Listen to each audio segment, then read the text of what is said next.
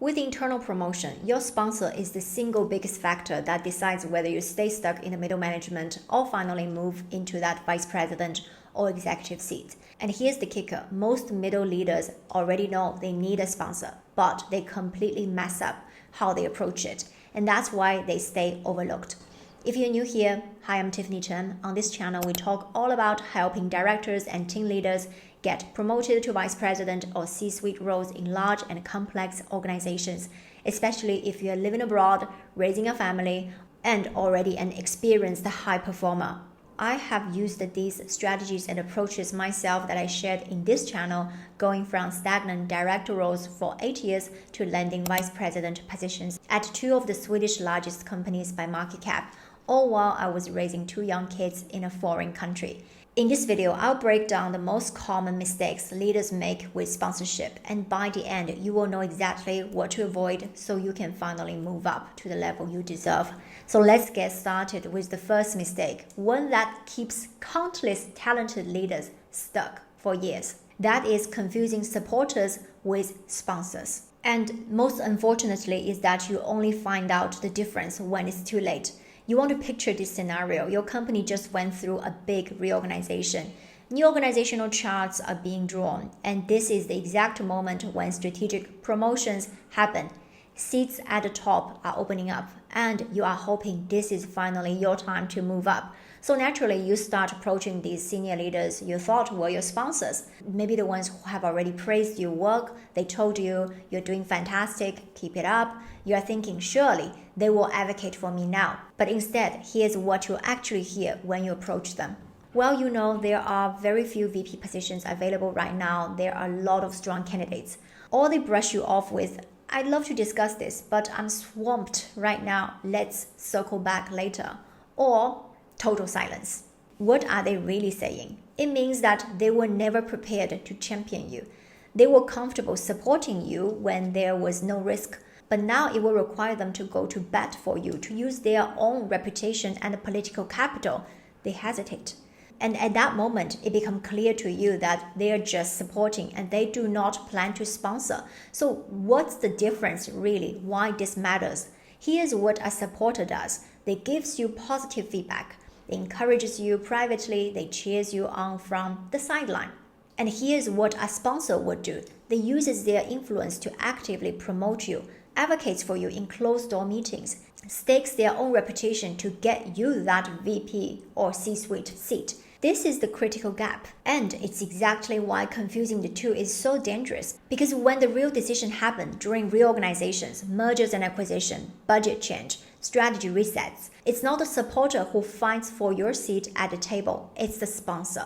A supporter may clap for your success and tell you you're doing great, but they will not put your name forward when leaders are in that private room deciding who gets the next vice president role, who's being groomed for succession, and who's getting left off the list. If they are not doing that, if your name isn't being championed in those pivotal conversations, then you never really had a sponsor.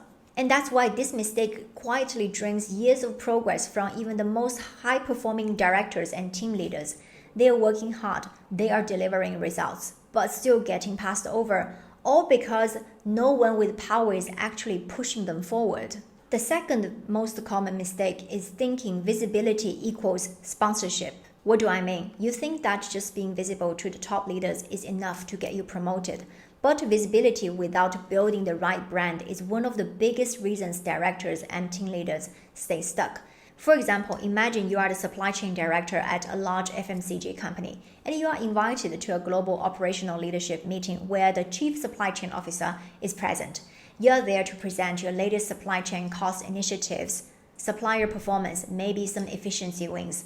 You handle the tough questions and you get great recognition from the CSCO, and you walk out thinking, this is fantastic. I'm now directly visible to the CSCO. This positions me well for the next level, maybe the senior director or even the vice president of supply chain. And here's what's really happening. In that room, you were positioned as the execution leader, the person who ensures targets are hit, budgets are controlled, supplies are aligned. So when the CSCO and the other senior leaders later sit down to discuss, where is this business heading? What new markets or capabilities should we invest in? Who are the leaders we trust to drive that next level of growth? They are not thinking of you because so far you've shown them you can optimize today's operation. You have not shown them you can shape tomorrow's strategy as well. This is also why so many directors and senior managers repeat these mistakes for years. Maybe you were chosen to present at the annual Global Leadership Summit in front of the top 200 to 300 leaders in your entire organization, or you've delivered a case study at a quarterly board strategy review, or your name was on the keynote slides as the project lead along with the business unit president and a few of his direct reports. That's visibility. Absolutely, it's great, but it's still not sponsorship or even positioning you as someone to sponsor. Because in all of these occasions and moments, you were recognized for executing the existing strategy flawlessly. You delivered what was already decided. But when the BU president or the CSCO turns to their trusted circle and asks, who should we consider for that next VP role? Who can actually drive broader growth, influence commercial directions, and lead beyond their function? Your name often isn't even mentioned because they still see you through a narrow operational lens. And that's why this costs you the promotion. Many high performers keep thinking stage time equals succession planning, but it actually strengthens their brand as the best executor in the room, not as someone who belongs in the room where the future strategies and bets are decided. So they get invited to present, not to participate, and definitely not to lead. And after realizing that just being visible isn't enough, many leaders then swing the other way, trying to secure sponsorship by setting up meetings to prove their worth. But here's where it gets tricky. What feels like a smart move often turns into the next mistake, one that sabotages your chance without you even realizing it. Now let's talk about it. Mistake number 3, turning sponsor meetings into a pitch about yourself. So after realizing that just being visible is not enough, most directors and team leaders think, all right, I'll step up now. I will go meet with these senior leaders, these potential sponsors, and show them everything I have done. And this is exactly where they make their next big mistake. You go ahead and book that 30 minutes coffee chat or a nice lunch with the CSCO or the CFO or the BU president. And they're supportive. They say, sure, happy to meet. And then you show up treating it like your graduation defense. You prepared a whole case study about yourself, sometimes even with slides. You lay out your entire career story, your biggest wins, your KPIs, everything you have accomplished. You think if I can impress them with my story, my numbers, my performance, they will see that I'm ready for a vice president position. But here's the thing, this is not university, it's not school. This isn't a graduation event where they give you a grade or decide if you move to the next level. It's the corporate world. And most of the time, you don't even know if there is a real VP or general manager opportunity in play right now. You also don't actually know how you are being perceived inside the top team, whether they see you as a trusted enterprise leader or just a functional expert contributor. So when you turn these meetings into a presentation all about you, you are not learning what matters most to them. You're not understanding their current challenges, priorities, or how they are sizing up future leadership needs. You are not building a two-way dialogue or showing curiosity about the bigger business. And then there are those who do the exact opposite. They show up ready to be the humble student. They say things like, what advice would you give to me to reach the vice president role? What should I be doing more of, or what should I be doing less of? It feels open and growth-minded, right? But here's why it really backfires.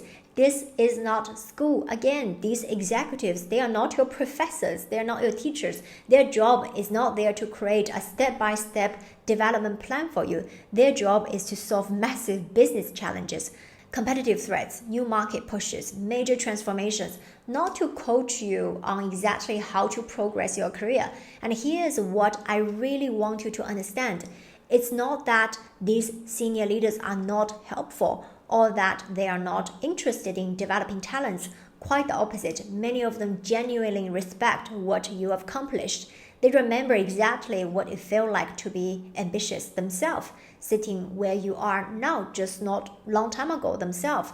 They are meeting with you because they are open, supportive, and probably want to help where they can. But here's the catch. This is not how sponsorship decisions are made. When you turn that valuable time into a you moment, your story, your future, your accomplishments, you fail to build that trust. You miss the chance to understand what's actually on their mind, how you are currently perceived, or what problems you could be solving for them.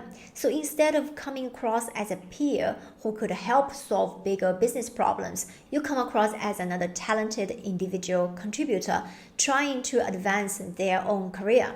If any of these mistakes sound familiar, I want you to notice you are not alone, and I have been there myself. No one teaches you how sponsorship actually works in large, complex organizations. That's exactly why I created this free executive masterclass. It's designed specifically for directors and team leaders who want to break out of middle management and move into vice president and C-suite positions. The link is in the description below. You can register and it's completely free. Let me also leave you with this video to find out the most common executive presence gap and 3 ways you are talking yourself out of a promotion. I'll see you there.